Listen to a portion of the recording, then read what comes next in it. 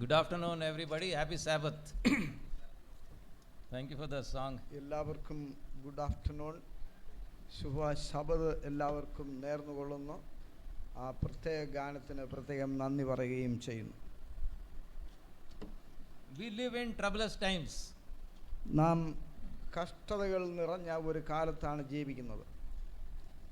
We live close to the end.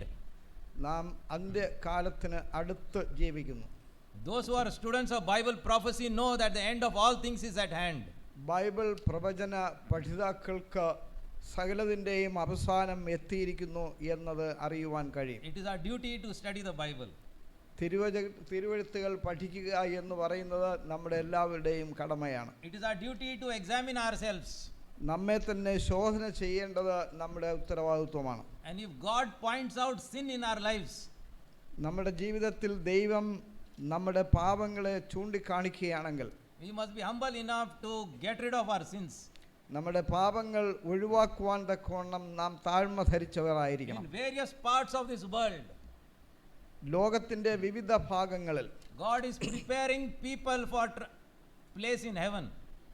ദൈവം മനുഷ്യരെ സ്വർഗത്തിൽ ഒരു ഇടം ഉണ്ടാകുന്നതിന് ഒരുക്കിക്കൊണ്ടിരിക്കുന്നു. The Seventh-day Adventist Church has the maximum spiritual biblical light in this world. ഈ ലോകത്തിൽ സെവന്ത് ഡേ അഡ്വന്റിസ്റ്റ് സഭയ്ക്ക് ഏറ്റവും അധികം ആയ ആത്മീയ വെളിച്ചം ലഭിച്ചിരിക്കുന്നു. And if we reject God, our guilt is greater than the guilt of non-SDS.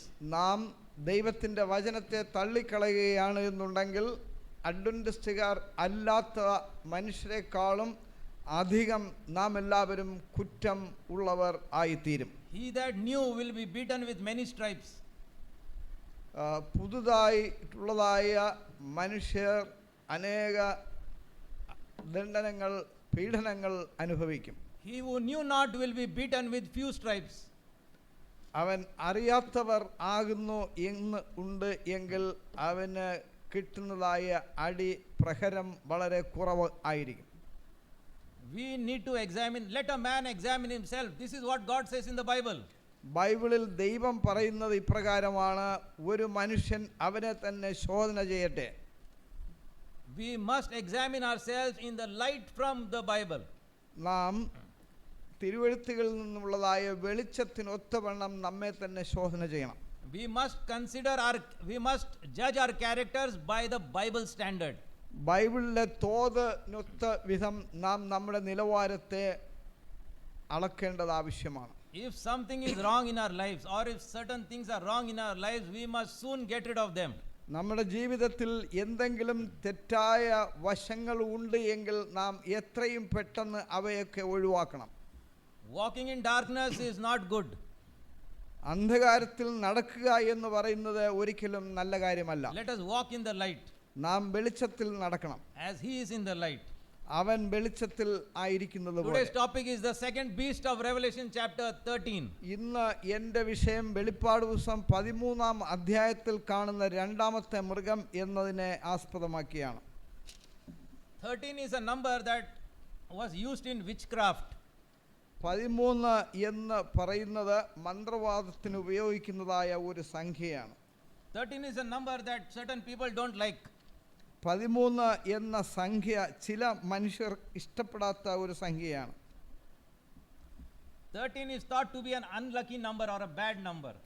13 എന്ന സംഖ്യ ഒരു മോശമായ ഒരു സംഖ്യയായി മനുഷ്യൻ പരിഗണിക്കുന്നു. Please look at Revelation 13:11. വെളിപ്പാട് പുസ്തകം 13-ാം അധ്യായം 11-ാം വാക്യം വായിക്കുക. Revelation 13 verse 11. 13-ാം അധ്യായം 11-ാമത്തെ വാക്യം. I beheld another beast coming up out of the earth. He had 2 horns like a lamb, and he spake as a dragon. മറ്റൊരു മൃഗം ഭൂമിയിൽ നിന്ന് കയറുന്നത് ഞാൻ കണ്ടു. അതിന് കുഞ്ഞാടിനുള്ളതുപോലെ 2 കൊമ്പുണ്ടായിരുന്നു. അത് മഹാസർപ്പം എന്ന പോലെ സംസാരിച്ചു. The beast of this is the second beast. The second beast of Revelation chapter 13 is the United States of America. വെളിപ്പാട് പുസ്തകം 13-ാം അധ്യായത്തിൽ കാണുന്ന രണ്ടാം മൃഗം എന്ന് പറയുന്നത് American ഐക്യനാടുകളാണ്. This beast is described after the first beast which represents the Roman Catholic Church.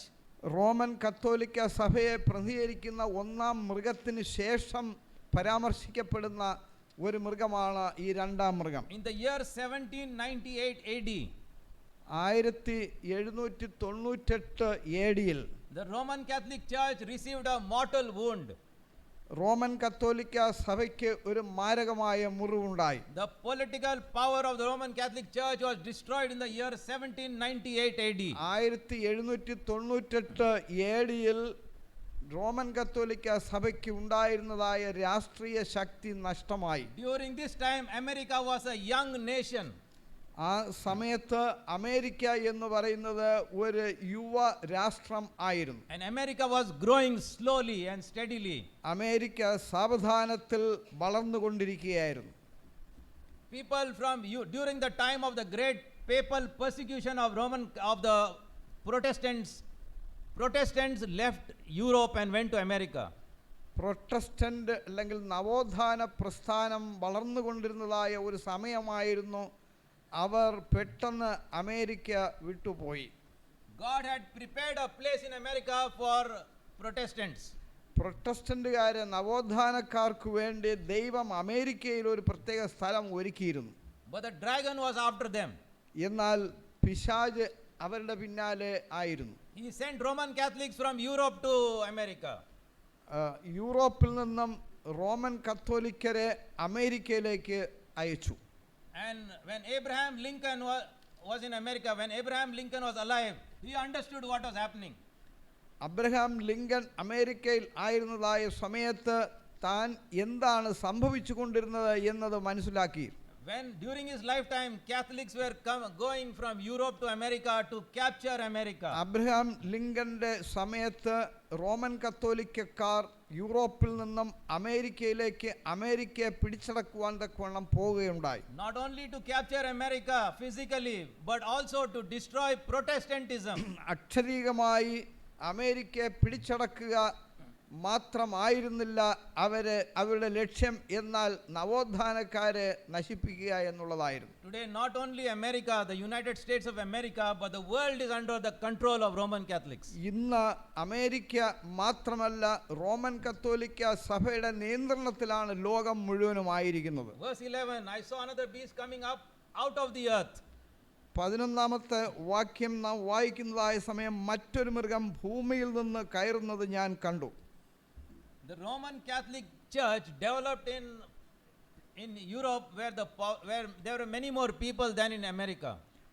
അമേരിക്കയിൽ ഉണ്ടായിരുന്ന മനുഷ്യരെക്കാളും കൂടുതൽ മനുഷ്യർ യൂറോപ്പിൽ ഉണ്ടായിരുന്ന ഒരു അനുഭവം ഉണ്ടായിരുന്നു. ആ സമയത്ത് ആയിരുന്നു യൂറോപ്പിൽ റോമൻ കത്തോലിക്ക സഭ വളർന്നു പന്തലിച്ചത്. Water represents multitudes.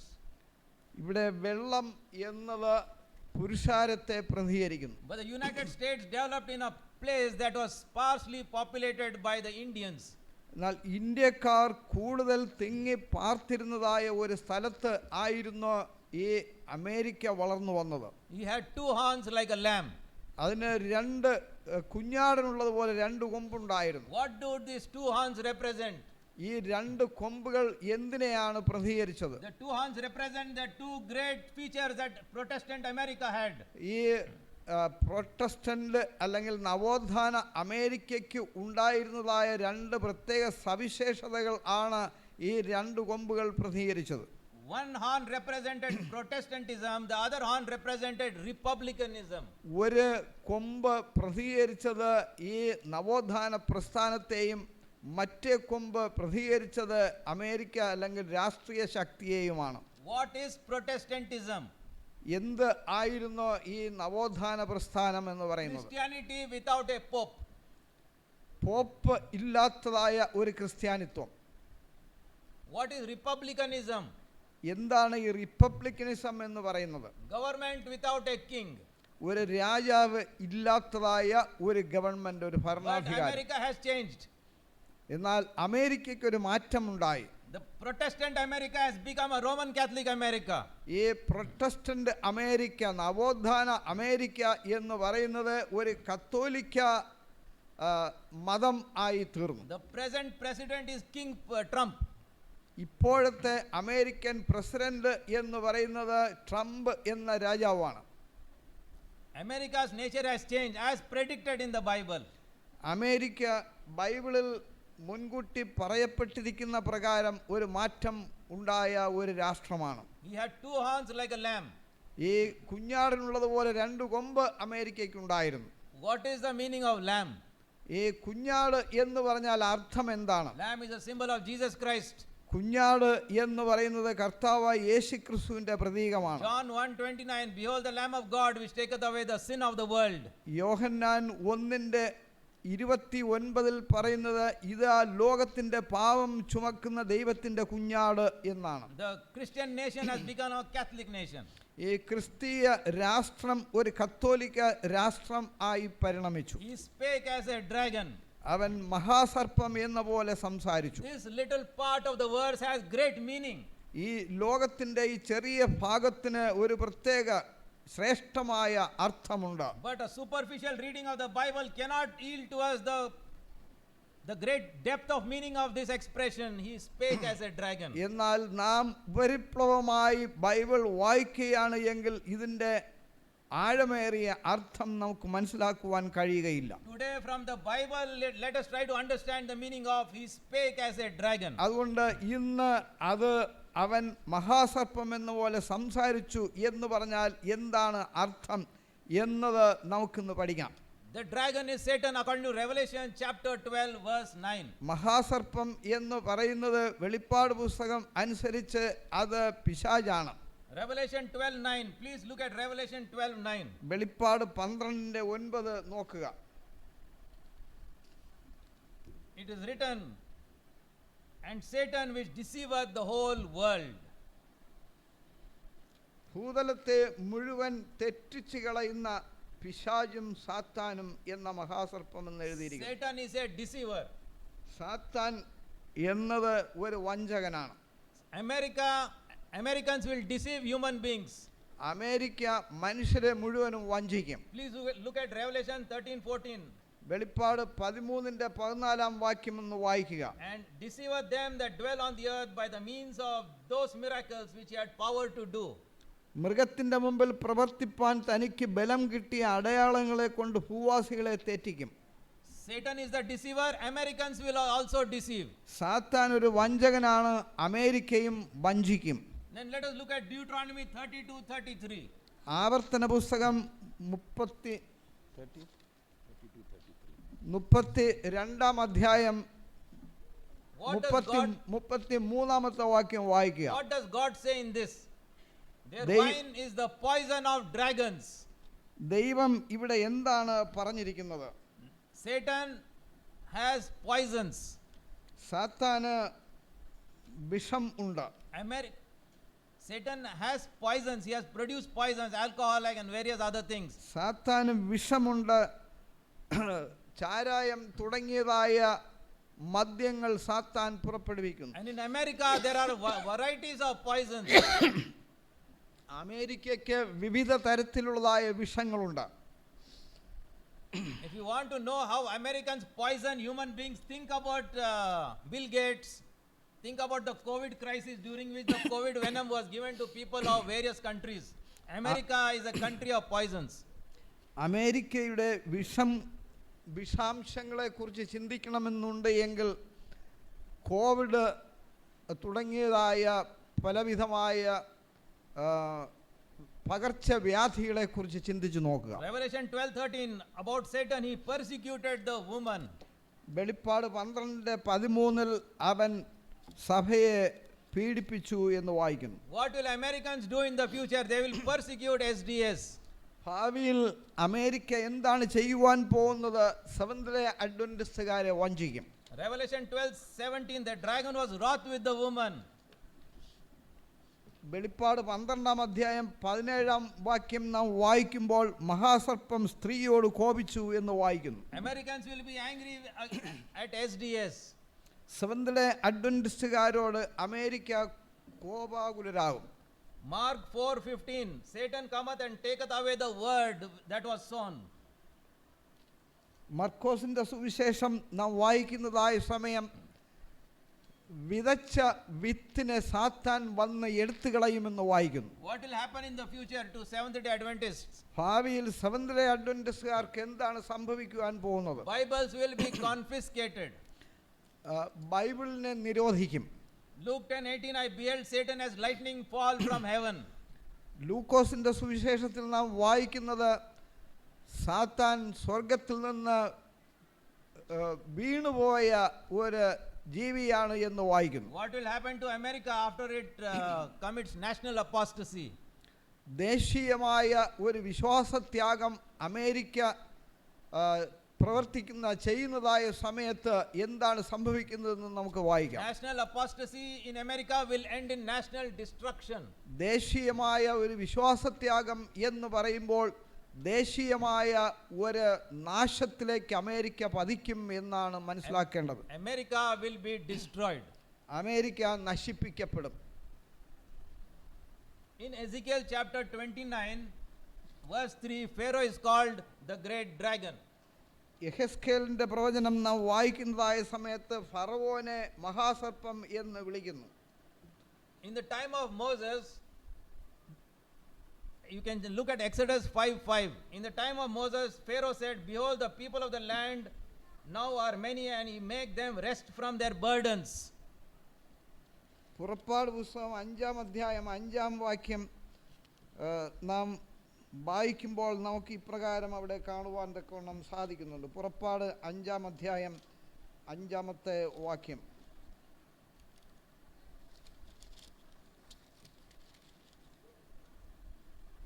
Pharaoh said, he make them rest from their burdens. ഫറവോൻ ജനത്തോട് പറഞ്ഞത് അവരുടെ ഊഴിയ വേല മിനക്കെടുത്തണമെന്നാണ്. The English word is rest. ഇവിടെ വിശ്രമം എന്ന് പറയുന്നതായ ഇംഗ്ലീഷ് പദം, But the Hebrew word is Shabbat.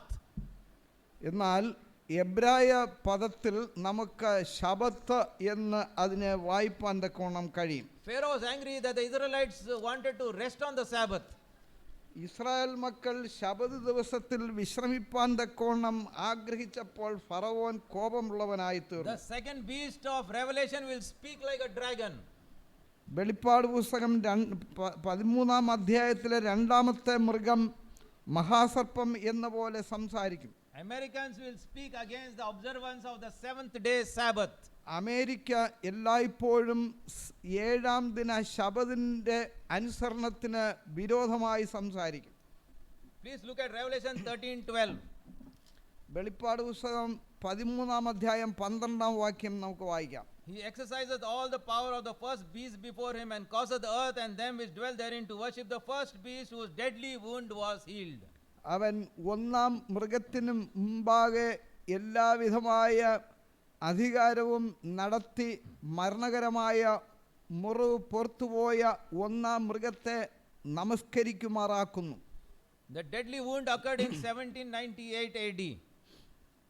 വെളിപ്പാട് 1798 ഉണ്ടായതാണ് ഈ മാരകമായ മുറിവ്. That was the destruction of the political power of the Roman Catholic Church. അത് റോമൻ കത്തോലിക്ക സഭയ്ക്ക് ഉണ്ടായിരുന്നതായ രാഷ്ട്രീയ ശക്തിയെ നശിപ്പിച്ചതിനെ പരാമർശിക്കുന്നു. Then what is the healing of the wound? It is the opposite. It is the restoration of political power. അങ്ങനെ ആണ് എന്നുണ്ട് എങ്കിൽ മുറിവ് പുറത്തുപോയി എന്ന് പറഞ്ഞാൽ അതിൻ്റെ അർത്ഥം എന്താണ്? ഈ റോമൻ കത്തോലിക്ക ശക്തിയുടെ തിരിച്ചുവരവ് എന്നാണ് നാം മനസ്സിലാക്കേണ്ടത്. Now the group that is controlling this world is the Roman Catholic Church. ഈ ലോകത്തെ നിയന്ത്രിച്ചു കൊണ്ടിരിക്കുന്ന ഗണം എന്ന് പറയുന്നത് റോമൻ കത്തോലിക്ക സഭയാണ്. And the power of the church will further increase. സഭയുടെ ശക്തി വർദ്ധിച്ചു കൊണ്ടിരിക്കും. And America will become the image of the beast. America എന്ന് പറയുന്നത് മൃഗത്തിൻ്റെ പ്രതിമയായി മാറും. The beast was a religio-political persecuting power. ഒരു പീഡക ശക്തി ആയ മത രാഷ്ട്രീയ ശക്തി ആയി തീരും. America is a political power. America എന്ന് പറയുന്നത് ഒരു രാഷ്ട്രീയ ശക്തിയാണ്. America will be a persecuting religio-political power before Jesus comes. യേശു വരുന്നതിന് മുമ്പ് അമേരിക്ക എന്ന് പറയുന്നത് ഒരു രാഷ്ട്രീയ പീഡക ശക്തിയായി തീരും. Americans will perform great miracles and deceive people of the world. America വലിയ അത്ഭുതങ്ങൾ പ്രവർത്തിക്കുകയും ലോകത്തിലുള്ള മനുഷ്യരെ എല്ലാം വഞ്ചിക്കുകയും ചെയ്യും. Sunday law will be established in United States. അമേരിക്കയിൽ ദേശീയ ഞായറാഴ്ച നിയമം സ്ഥാപിതമാകും. And American politicians will force people of the world to observe Sunday. അമേരിക്കയിൽ ഉള്ളതായ രാഷ്ട്രീയ നേതാക്കന്മാർ മനുഷ്യർ എല്ലാവരും ഞായറാഴ്ച ആചരിപ്പാൻ തക്കവണ്ണം നിർബന്ധിക്കും. Sunday law will not just be for rest or worship on Sunday or rest on Sunday. ദേശീയ ഞായറാഴ്ച നിയമം എന്ന് പറയുന്നത് ഞായറാഴ്ച ദിവസം വിശ്രമിക്കുക എന്നത് മാത്രമായിരിക്കുകയില്ല. People of the world will be forced to work on Saturday. ലോകത്തിൽ ഉള്ളതായ മനുഷ്യർ എല്ലാവരും തന്നെ ശനിയാഴ്ച ദിവസം വേല ചെയ്യുവാൻ തക്കവണ്ണം നിർബന്ധിതരാകും. God says, "Thou shalt not follow a multitude to do evil." തിന്മ പ്രവർത്തിപ്പാൻ തക്കവണ്ണം ഒരിക്കലും പുരുഷാരത്തെ പിൻഗമിക്കരുത് എന്ന് ദൈവം പറയുന്നു. The majority of the world will follow in the footsteps of Pope. ലോകത്തിലുള്ളതായ മനുഷ്യരെല്ലാവരും പോപ്പിന്റെ കാൽച്ചുവടുകളെ പിൻപറ്റും. But there will be a minority, a remnant who will follow in the footsteps of Jesus Christ. എന്നാൽ കർത്താവ് യേശുക്രിസ്തുവിന്റെ കാൽച്ചുവടുകളെ ഒരു ചെറിയ കൂട്ടം മനുഷ്യർ പിൻപറ്റും. Thou shalt not follow a multitude to do evil, God says. ദൈവം പറയുന്നത് ഇപ്രകാരമാണ്, തിന്മ പ്രവർത്തിപ്പാൻ തക്കവണ്ണം ഒരിക്കലും ബഹുജനത്തെ ആശ്രയിക്കരുത്. Don't decide on truth by how many people accept it. എത്ര പേർ സ്വീകരിച്ചു എന്നതിനെ ആസ്പദമാക്കി ഒരിക്കലും സത്യം കൈപ്പറ്റരുത്. Since the time of majorities were always wrong. ഭൂരിപക്ഷം എന്ന് പറയുമ്പോൾ നാം മനസ്സിലാക്കേണ്ടത് എല്ലായ്പ്പോഴും അവർ തെറ്റായ ദിശയിലായിരിക്കും. In the time of Noah, the majority was outside. നോഹയുടെ കാലത്തെ സംബന്ധിച്ച് പറയുകയാണെങ്കിൽ ഭൂരിഭാഗം എപ്പോഴും അവർ പുറത്ത് ആയിരുന്നു. When Sodom was being destroyed, the majority were inside. Sodom നശിപ്പിക്കപ്പെട്ടതായ സമയത്ത് ഭൂരിഭാഗം എന്ന് പറയുന്നത് സോദോമിനുള്ളിലായിരുന്നു. In the time of Sodom, the majority was destroyed. സോദോമിന്റെ കാലത്ത് ഭൂരിഭാഗത്തെ നശിപ്പിച്ചു. In the time of Noah, the majority was destroyed. നോഹയുടെ കാലത്തും ഭൂരിപക്ഷം നശിപ്പിക്കപ്പെട്ടു. Do not follow a multitude to do evil. ഒരിക്കലും തിന്മ പ്രവർത്തിപ്പാൻ തക്കവണ്ണം ഭൂരിഭാഗത്തെ പിൻപറ്റരുത്. If one human being has the courage to speak what is truth, give importance to what that person says. ഒരു മനുഷ്യൻ സത്യം സംസാരിപ്പാൻ തക്കവണ്ണം ധൈര്യമുള്ളവൻ ആകുകയാണ് എങ്കിൽ ആ മനുഷ്യനെ നാം മാനിക്കണം. If few people are walking differently, living differently, think about them. കുറച്ചു മനുഷ്യർ വ്യത്യസ്തമായ രീതിയിൽ ചിന്തിക്കുകയും പ്രവർത്തിക്കുകയും ചെയ്യുകയാണ് എന്നുണ്ടെങ്കിൽ അവരെക്കുറിച്ച് ചിന്തിക്കുക. It is necessary for us to realize that Christ speaks through his servants. കർത്താവ് യേശുക്രിസ്തു തൻ്റെ ദാസന്മാരിലൂടെ സംസാരിക്കുകയാണ് എന്നത് നാം എല്ലാവരും തിരിച്ചറിയണം. This has been his style of functioning for thousands of years. ആയിരക്കണക്കിന് വർഷം കർത്താവിൻ്റെ പ്രവർത്തന ശൈലി അപ്രകാരമായിരുന്നു. Jesus spoke to Saul. യേശു ശൗലിനോട് സംസാരിച്ചു. But not everything was told to him directly. എന്നാൽ എല്ലാം നേരിട്ട് അവനോട് സംസാരിച്ചിരുന്നില്ല. Saul had to listen to the servant of Jesus Christ. Saul കർത്താവ് യേശുക്രിസ്തുവിന്റെ ദാസനെ അനുകരിക്കണമായിരുന്നു. God sent Ananias to Saul. ദൈവം ശൗലിന്റെ അടുത്തേക്ക് അനന്യാസിനെ അയച്ചു. If God sends his servants to us and speaks to us, we must have the humility to listen to them. ദൈവം ദൈവത്തിന്റെ ദാസനെ നമ്മുടെ അടുത്ത് സംസാരിപ്പാൻ തക്കവണ്ണം അയക്കുകയാണ് എന്നുണ്ട് എങ്കിൽ നാം ആ ദാസനോട് താഴ്മയുള്ളവർ ആയിരിക്കണം. We live in the last days. നാം അവസാന കാലത്ത് ജീവിക്കുകയാണ്. Rejection of light is dangerous. വെളിച്ചം തള്ളിക്കളയുക എന്ന് പറയുന്നത് അപകടം നിറഞ്ഞ ഒരു അനുഭവമാണ്. Every day people are dying in this world. എല്ലാ ദിവസവും ഈ ലോകത്തിൽ മനുഷ്യർ മരിച്ചുകൊണ്ടിരിക്കുന്നു. For some of the people living today, today is their last day. ഇന്ന് ജീവിക്കുന്നതായ ചില മനുഷ്യരെ സംബന്ധിച്ചിടത്തോളം ഇന്നത്തെ ദിവസം എന്ന് പറയുന്നത് അവസാനത്തെ ദിവസമാണ്. God is not a child to be trifled with. ദൈവം എന്ന് പറയുന്ന ശക്തി, ദൈവം ഒരിക്കലും ഒരു ശിശുവല്ല. If something is presented to you, നിങ്ങളുടെ അടുത്ത് എന്തെങ്കിലും ദൈവം കൊണ്ടുവരികയാണ് എങ്കിൽ, if something is presented to me, എനിക്ക് ദൈവം എന്തെങ്കിലും തരികയാണ് എങ്കിൽ, what, and if we are not sure whether it is right or not, what is our duty? അത് ശരിയാണോ തെറ്റാണോ എന്നതിനെ സംബന്ധിച്ച് നാം ഏത് രീതിയിൽ മനസ്സിലാക്കണം? Our duty is to pray to God, number one. ഒന്നാമത്തെ നമ്മുടെ ഉത്തരവാദിത്വം എന്ന് പറയുന്നത് നാം ദൈവത്തോട് പ്രാർത്ഥിക്കണം എന്നുള്ളതാണ്. Another duty is study the Bible. മറ്റൊരു ഉത്തരവാദിത്വം ദൈവത്തിന്റെ വചനം നാം പഠിക്കണം എന്നുള്ളതാണ്. Another duty is study the spirit of prophecy. മറ്റൊരു ഉത്തരവാദിത്വം പ്രവചനാത്മരേഖകൾ നാം പഠിക്കണം എന്നുള്ളതാണ്. If we do all these things, ഇവയെല്ലാം നാം ചെയ്യുകയാണ് എങ്കിൽ, and if we are able to realize that we are wrong, then our error should be given up. നാം തെറ്റായ വശത്ത് ആയി പോകുകയാണ് എന്നുണ്ട് എങ്കിൽ അത് തള്ളിക്കളയുക എന്ന് പറയുന്നത് നമ്മുടെ ഉത്തരവാദിത്വമാണ്. Superficial study of the Bible is not at all insufficient in these days of deceptions. ഈ വഞ്ചന നിറഞ്ഞതായ കാലങ്ങളിൽ നാം ജീവിക്കുമ്പോൾ ബൈബിളിനെ ഒരു ഉപരിപ്ലവമായി പഠിക്കുക എന്ന് പറയുന്നത് ഒരിക്കലും പര്യാപ്തമല്ല. Please turn to Luke 11:41. ലൂക്കോസിന്റെ സുവിശേഷം 11:41 വാക്യം നമുക്ക് വായിക്കാം. Luke 11:41. ലൂക്കോസിന്റെ സുവിശേഷം 11:41. But rather give alms of such things as ye have, and behold, all things are clean unto you. ലൂക്കോസിന്റെ സുവിശേഷം 11:41 ഇപ്രകാരം വായിക്കുന്നു: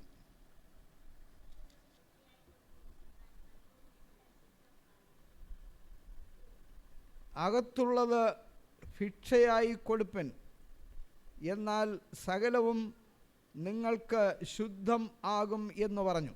All things are clean unto you, words of Jesus Christ. യേശുവിൻ്റെ വാക്കുകൾ ഇപ്രകാരമാണ് നാം കാണുന്നത്. എല്ലാം നമുക്ക് ശുദ്ധമായി പരിണമിക്കുന്നു എന്നാണ്. If I stand here at the pulpit and tell all things are clean, you can eat rat, cat and bat, will you listen to me? ഞാൻ ഇന്ന് ഇവിടെ ഈ പ്രസംഗപീഠത്തിൽ നിന്നുകൊണ്ട് എല്ലാം നിങ്ങൾക്ക് ശുദ്ധമായിരിക്കുകയാണ് എന്ന് പറയുകയാണ് എന്നുണ്ട് എങ്കിൽ എല്ലാ എലിയും പൂച്ചയും പട്ടിയും ഒക്കെ നിങ്ങൾക്ക് ശുദ്ധമാണോ? If you listen to me, you will be foolish.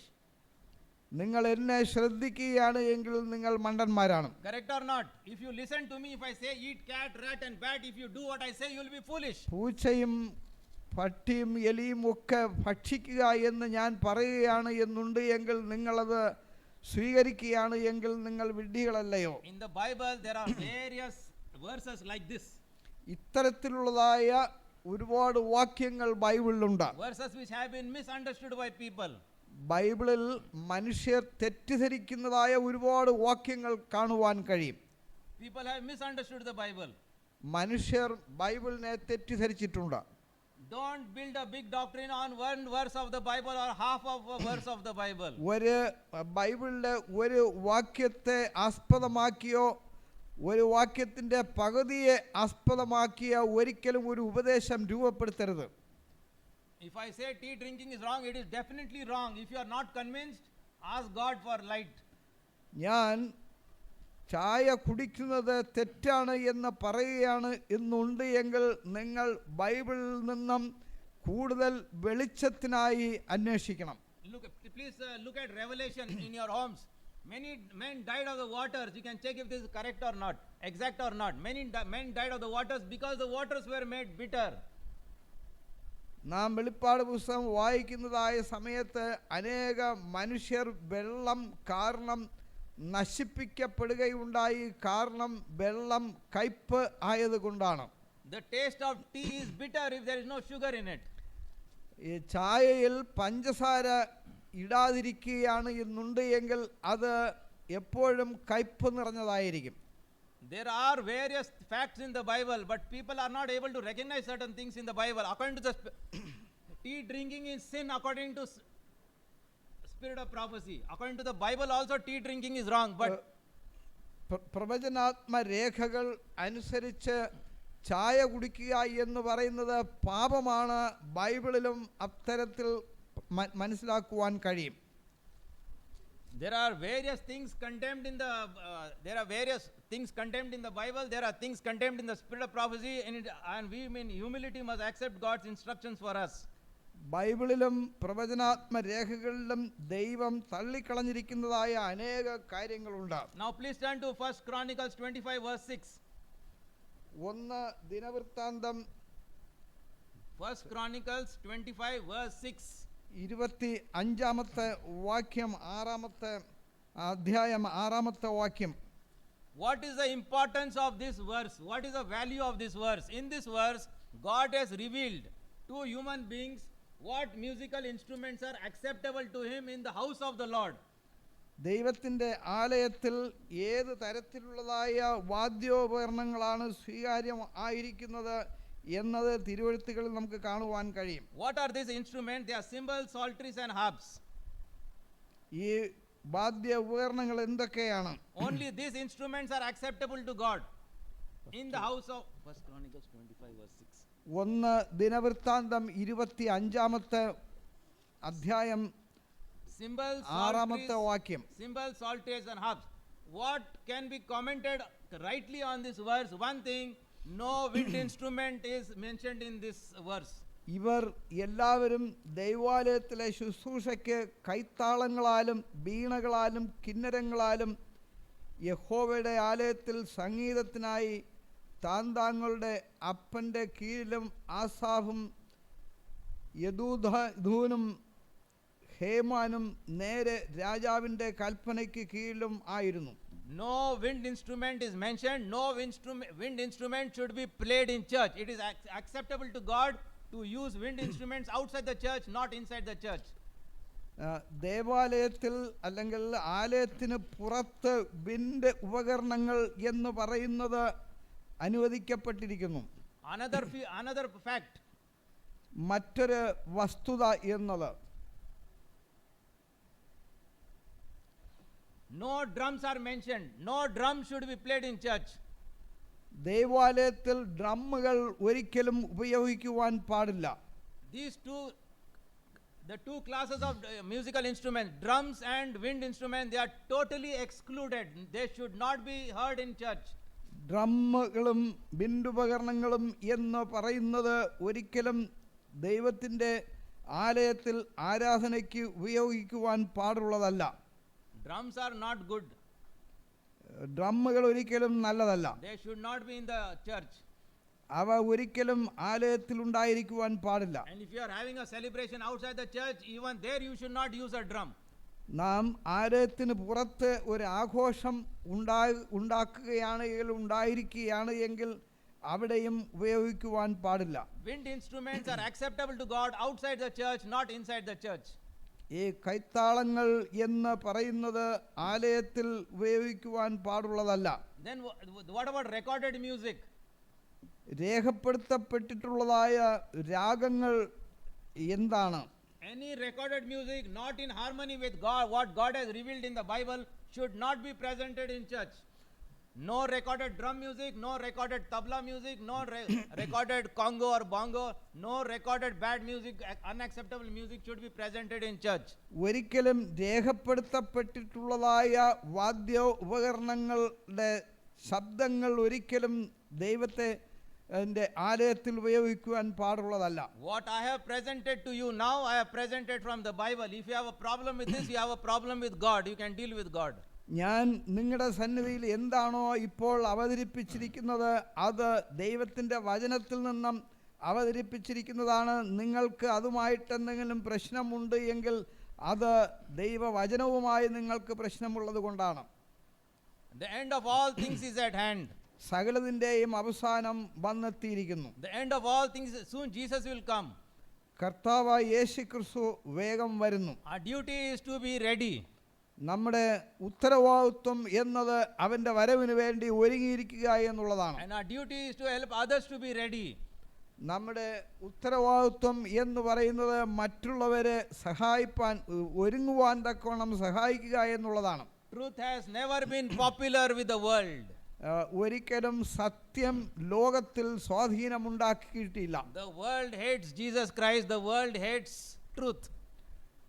ലോകം യേശുവിനെ വെറുക്കുന്നു, സത്യത്തെ വെറുക്കുന്നു. America's power has greatly increased. അമേരിക്കയുടെ ശക്തി വളരെയധികം വർദ്ധിച്ചു കൊണ്ടിരിക്കുന്നു. The Catholic power has greatly increased. Roman കത്തോലിക്ക സഭയുടെ ശക്തി വളരെ വലിയ വിധത്തിൽ വർദ്ധിച്ചു And in കൊണ്ടിരിക്കുന്നു. such a time as this, we need power from God to resist temptations. അങ്ങനെയുള്ളതായ ഒരു സമയത്ത് നാം ജീവിക്കുമ്പോൾ ഈ പരീക്ഷകൾ നേരിടുവാൻ തക്കവണ്ണം നമുക്ക് ആവശ്യമായ ശക്തി ഉണ്ടായിരിക്കണം. We must have the power to resist the temptation to worship the first beast and the second beast and the devil himself. ഈ ഒന്നാമത്തെ മൃഗത്തെയും രണ്ടാമത്തെ മൃഗത്തെയും സാത്താനെ തന്നെ ആരാധിക്കാതിരിപ്പാൻ തക്കവണ്ണമുള്ളതായ ശക്തി നമുക്കുണ്ടായിരിക്കണം. May God help us all to be of one mind, one spirit. നാം എല്ലാവരും ഒരേ ആത്മാവിൽ ഒരേ മനസ്സ് ഏക മനസ്സ് ഉള്ളവരായി തീരണം. What the world needs today is to see Christianity in real action.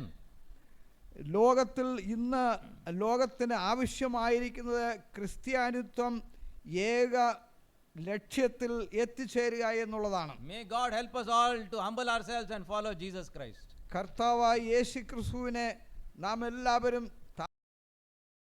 ധരിച്ച അനുഭവത്തോടുകൂടി പിൻപറ്റുവാൻ തക്കവണ്ണം ദൈവം സഹായിക്കട്ടെ.